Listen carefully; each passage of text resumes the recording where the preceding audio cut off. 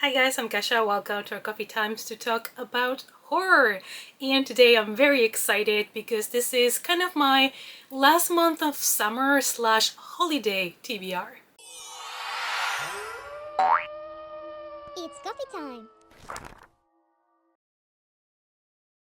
So the month of July has been a little bit rough when it comes to reading because we've been to some family meetings, we've been renovating the house, I've been working even on weekends, so it's been hard to keep up with my reading. So I didn't finish all the books for my July TBR pile. Actually, I only read like 4 books I think in July, so I have decided I'm not gonna upload a July wrap-up, and instead I'm just gonna do one at the end of August. So I will combine July and August together so that I have a lot more books to talk about. So for August, obviously I'm very busy at the moment, but I'm gonna have 2 weeks of holidays in which I'm hoping to have a little bit more time to read. Now, because I have been so busy basically since, let's say, April, I think that's when we started like working on emptying rooms and renovating things in the house, I have been like really struggling with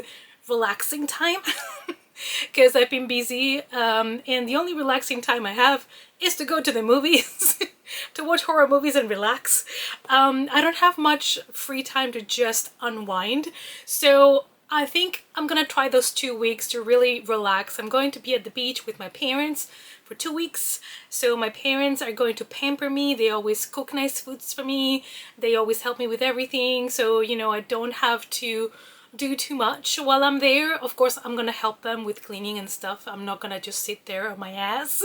But they help a lot, they cook a lot. So I'm gonna have more free time to really just chill. I think in this day and age, we really forget that sometimes your brain just needs to disconnect from everything, and sometimes you just need one day where you just rot on the couch and do absolutely nothing. So because those days have been really rare since April, I'm gonna prioritize just relaxing during my 2 weeks off. I'm gonna be traveling by plane, so my plan is to only take my Kindle with me, and my reading plans for August is to try to finish a couple of the books that I wanted to read during July and I didn't finish, and also add some more books that I would like to read during the month of August. So in this video, I'm only going to talk about the new books that I have added to my TBR, and these are the ones that I plan on reading during August. The first book that I would like to talk about is a book that I have been waiting for since 2024.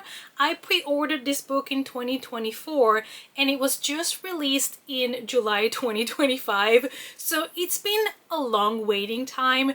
Needless to say, this is the first book I am starting in August. And that is Not Quite Dead by Holly Jackson. This is her, I think it's the official debut as an adult author. This is her first adult novel and it is a mystery thriller, and the moment that I heard about it, about the plot, I was like, I'm in. Also, it's Holly Jackson.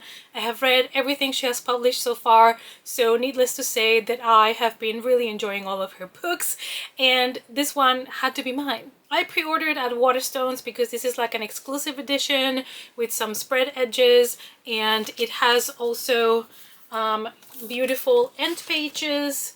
And it also has this beautiful cover under the dust jacket. So I was like, you know what, I'm just gonna get the pretty edition. And it just came exactly on release date, which I'm really happy about.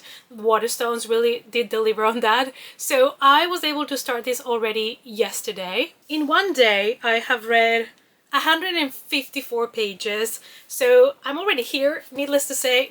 I'm addicted to this book and I need to read it, I need to finish it. Especially I need to finish it before I go on holidays because I'm not taking this chunker with me, which is another reason why I started this one as soon as August kicked in. The book starts on Halloween night, which we love, and we follow Jet, and she is 27 years old, and all her life she's always been kind of postponing things because she thinks she has her whole life ahead of herself.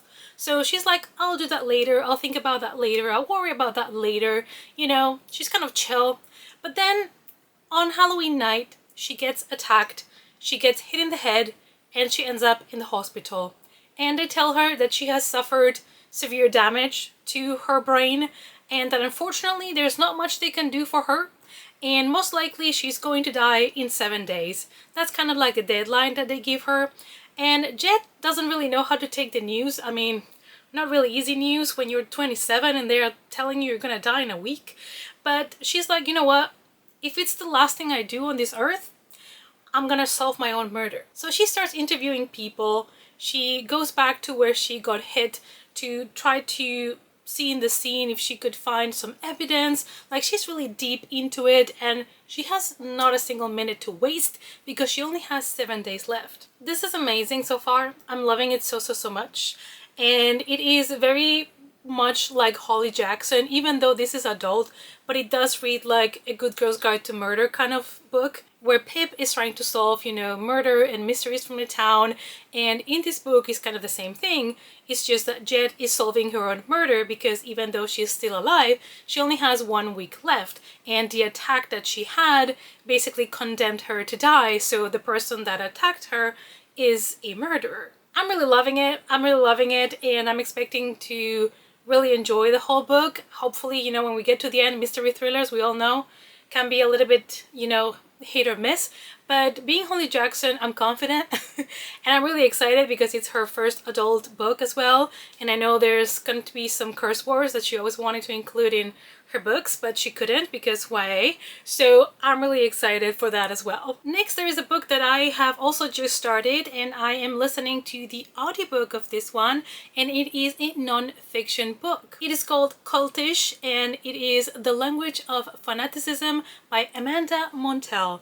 And yes, of course, you guessed it, it is about cults. It's something that I have always kind of been interested in because they're quite interesting to learn about how they work, how they started, how they progressed, how some of them sadly ended. They do talk about some of the most well-known cults that ended up very tragic, like Jonestown, you know, drink the Kool-Aid, and also the Heaven's Gate case, which I did see a documentary about that one as well. So this book is kind of analyzing how they work and how people become fans, how people get into these kind of groups, and what kind of techniques the leaders, you know, their gods, use in order to influence people to the level that some of them willingly took their lives. But I also like that they are talking about how nowadays the word cult has kind of lost a little bit the meaning that it had, and it's been more generalized, and a lot of people use it for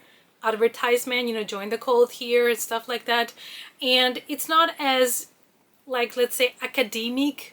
They don't use it for papers as much as they used to because of that. I don't know, it's very interesting, especially if you love cults. I think you will enjoy this one. I'm only like 20% in. I listen to this audiobook when I am working out at the gym. So it's much better for me to listen to nonfiction when I'm working out because I feel like I can get all the information without getting distracted. And if I'm listening to a nonfiction book, I feel like I'm always trying to pay so much attention to like possible plot twists and have to pay attention to see what character says what and all of that. So I think those distract me a little bit more. So I'm finding nonfiction books to be perfect to accompany me while I am working out, and thus also allowing me to combine two things that I like, which is doing some sports and reading some books. The next one I'm also very excited about because I requested the ARC for this and I didn't think I was gonna get it because it's one of those popular authors and normally I get rejected for those. But actually they granted me the ARC, and it is a book that is coming out in August. It's called How Bad Things Can Get by Darcy Coates. And I was telling you guys on my upcoming books for August how excited I am for this book because I find mystery thrillers or mystery horror thrillers by Darcy Coates have been my favorite so far. So I am really excited for this one. The book is set on an isolated island where we follow a group of fans that have gathered there to celebrate with their favorite influencer. So a famous influencer has decided to throw like a huge party that is going to be a couple of days with some of their most loyal fans. This is supposed to be like a 5-day getaway with like drinks and games and fun. But then they start to discover things about the past of this island where they are, and they realize that this island is attached to a cult. That's when things start to get complicated, and I think one of the guests is tied to that cult as well. So very exciting, especially now that I am listening to an audiobook about cults. I am super excited to read this book, and I have high hopes that it's going to be bloody and the mystery thriller is going to be fantastic with, you know, plot twists and all. So yeah, I have high hopes for this one. So fingers crossed that I'm gonna love it. Next, I went through my Kindle to see which other books I had there for a while that I really wanted to check that I had not checked out yet, because like I said, my Kindle is basically what I'm taking on holidays as books. And I found The Creeper by A.M. Shine that I still have not read, and I really did enjoy The Watchers, so I want to read this book as well and see if, you know, the author was a one-hit wonder for me or if I'm gonna enjoy more of his books. This is a horror thriller about superstitions, and I think this one is folk horror, so I'm excited to see where this one is gonna take us. We follow a renowned academic that is getting ready for kind of performing an experiment, a study on a remote island in Ireland. So we have another remote island here, and this renowned doctor is kind of gathering the team and trying to figure out who's going to go there to investigate, let's say. Basically, this is a village that has been forgotten and it's kind of very isolated, and they want to do a research there. The people in town are not very helpful, they are not very warm and open, they're kind of not in the mood to talk to anybody. Also, the villagers lock down their houses at sundown. Not a good sign. Nobody will talk to these researchers, like nobody wants to talk to them except a little girl. A little girl that tells them a very interesting story. She says, 3 times you see him, and each night he gets closer. What is she talking about? Is it an entity? Is it a monster? Is it just a human? What's going on in this town? After the girl tells them that same night, 2 of the researchers seem to see like a silhouette of something, a shadow of something, and they start to get really freaked out. So I'm excited about this one. I have only read so far The Watchers by this author, but I have high hopes for this one because I really did enjoy The Watchers. It was like fast-paced, entertaining. It was also about creatures. So I don't know, if you've read it, let me know down below if it's worth it, but I'm excited for this one as well. Then I have The Last Way by Cameron M. Mitchell, because this is a horror novella also coming out in 2025, and I was like, you know what, a novella is probably perfect in case I'm a little bit swamped with reading and I need something quick. This one is quite dark because we follow a young boy that is basically plotting to kill his father. And every chapter of The Last Way is kind of like a way that the boy is thinking he could end his dad's life. So I think every chapter is a way he could kill his father. So this one might be a little bit intense. He knows the possibilities are endless and he wants to choose the perfect one to execute his plan. So very macabre when you're thinking of killing your own father. I also don't know why he's planning to kill his own father. I don't know what he did, if he did anything at all. But this sounds like it could be a very dark read down off my alley, but I get why this one might not be for every reader. Then, because I have a lot of mystery thrillers on my Kindle that I still have not read, mostly because sometimes I check Kindle Unlimited or like Kindle deals and I see all of these mystery thrillers that sound good and I just keep buying them and then I don't read them, because most of the mystery thrillers that I consume, unless I know the author, I like to get them on my Kindle because most of them are just a one read type of thing. So I'd rather just have them on my Kindle than have physical, because I have a lot of books already in physical form, more than I can almost already keep in this room. So I went through the list and I picked one that kind of sounds good for summer. It is called Her Last Summer by Emily Freud, and this one I think explores the fact that if there is no body, there is no crime, which we all know.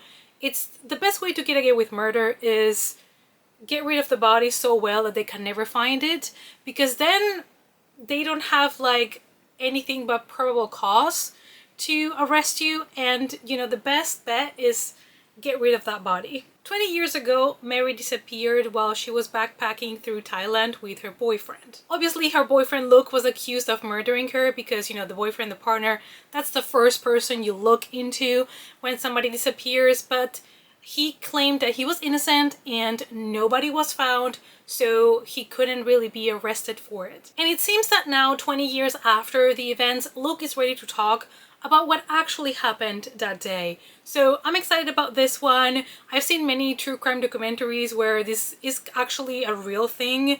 You know, there is the Gabby Petito, I think, case as well. Her body was recovered though. But you know, this is something that it feels really realistic, and it might be a interesting read for summer because it is, you know, backpacking summer Thailand, so it's gonna give those vibes. So let's see if it's good. I've never read anything by this author before, which is mostly what happens to me with thrillers because there's so many mystery thriller authors out there. It's hard to keep track. But I'm excited about this one. And last but not least, in summer I allow myself to read a romance book because I think summer is a great time for a romance. Normally I read one romance during summer and one romance during winter, because I would like to read more. It's not like I don't like romance, but I think I would get bored if I read too many of them. And also, I just want to read so many horror mystery thrillers that sound interesting that I don't have place for romance books at the moment. But I have chosen one of the ones that I had also on my Kindle ready to go. It's called Fake Dates and Mooncakes by Shirley Lee, and this is a YA romance. They say this is Heartstopper meets Crazy Rich Asians. Now, I have never read or watched the movie of Crazy Rich Asians, but obviously you guys know I love Heartstopper so much, and I'm really excited about the movie slash kind of last season, you know, that is coming out. Also sad to see the end. I don't know what Alice Osman has planned for me, how she's planning to emotionally kill me forever. But we will have to see. We follow Dylan, and Dylan wants to win a cooking competition that is basically for cooking mooncakes. He wants to do it in memory of his mom, but also to help his aunt because she has a business and it's not going very well, so he hopes, you know, being part of this competition, maybe winning it, it might bring more attention to his aunt's business. And then we have Theo, who is charming and wealthy and a distraction for Dylan. He wants to focus on the competition, help his aunt that has this Chinese restaurant, but Theo just keeps popping up, and you know, Dylan starts to look at him too much. And then Theo makes a proposal for a fake date, and Dylan accepts, of course. Basically, Theo wants Dylan to be his fake date for a wedding in the Hamptons, you know, wealthy people, which is completely out of, you know, Dylan's element. Obviously, this is a fake date, turns into real love kind of thing. So by fake dating, I mean, Dylan was already interested in this guy.